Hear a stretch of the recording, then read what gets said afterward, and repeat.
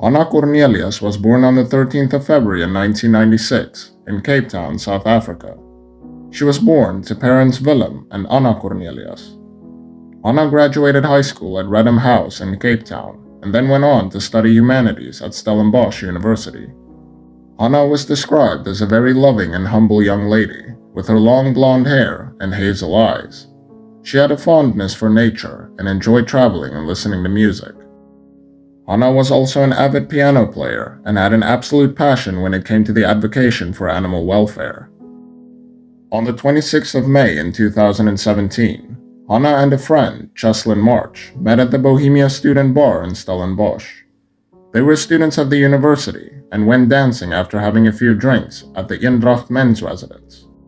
On the 27th of May 2017, sometime after 1 a.m., Cheslin walked Cornelius to the Irene women's residence, and when he wanted to walk back home to his flat on the other side of town, Cornelius offered him a lift in her blue Golf that she received as a gift from her grandmother.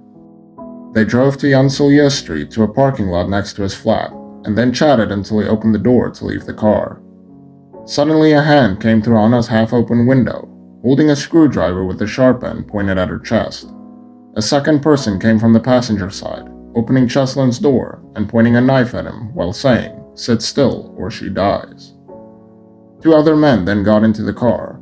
One of them robbed Marsh of his cell phone and cash. Anna was then put in the back seat while the men in the front of the car searched for the car keys. It is reported that Hannah asked the men what they were going to do to them, and then they allegedly stated that they just wanted to go home, and afterwards she will get her car back. They were then transported to Kraaifontein, where they were planning to sell Hannah's car to buy marijuana and tuk for themselves. After they bought their drugs of choice, they all set off in the blue Golf again, en route to a local garage, where they attempted to withdraw money from Cheslin's account. They weren't successful, however, as Cheslin provided them with the incorrect PIN code. Seemingly upset about this development, and clearly under the influence of the substances they were using, they went to an undisclosed area, where they then took Marsh to the bushes. They started beating him with bricks over and over until he lost consciousness. The attackers turned around, thinking Cheslin had succumbed to his injuries, and left him there. Cheslin, however, did survive the attack and was able to alert authorities as to what happened. However, it was all in vain, as it was too late for Hannah. While driving, one of the attackers in the back seat gave the driver a condom. He stated that Hannah said that they could have sex with her, but they must please leave her after that. They went to Batellery Road paintball range, where they allegedly smoked a pipe while discussing who would be first. The driver raped Hannah first, then the second, and then the third. After they were finished, they threw her into the boot of the car so that she wouldn't see where they were going, and then started to drive in the direction of a farm, where they planned on dropping her off and letting her go. They decided to take Hannah out of the boot and leave her there on the wine farm so they can take her car.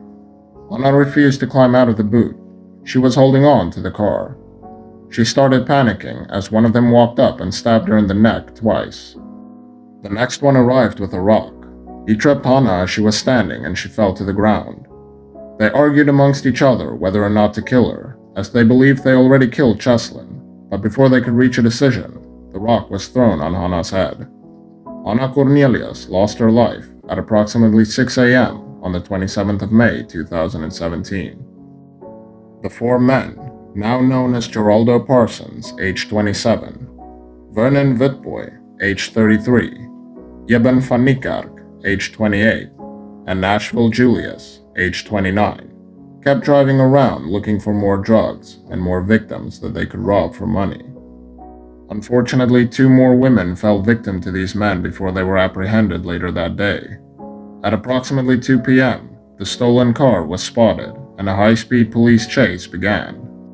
They were arrested after dumping the car and fleeing.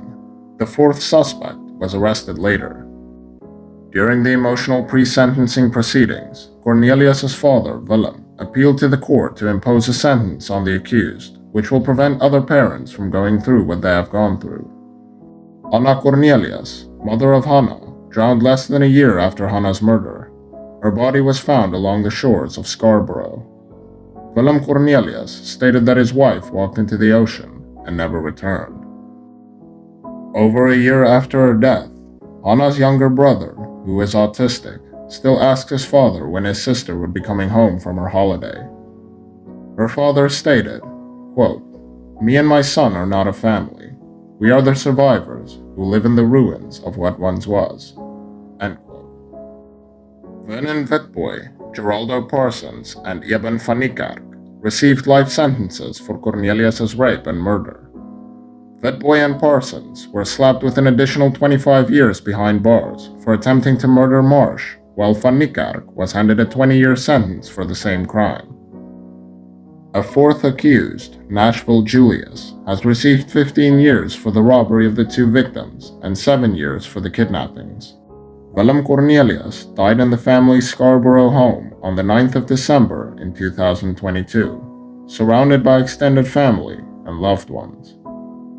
Cornelius, a former magistrate, was diagnosed with cancer about 3 months prior. He was 64 and is survived by a son, Andries, who is being cared for at the Center for Autistic Children in Bonneville. He is much loved by his aunt, uncle, and cousins, who are now his only surviving relatives. Anna Cornelius was 21 years old when she was brutally and violently murdered. She was a victim of femicide in South Africa. Until next time.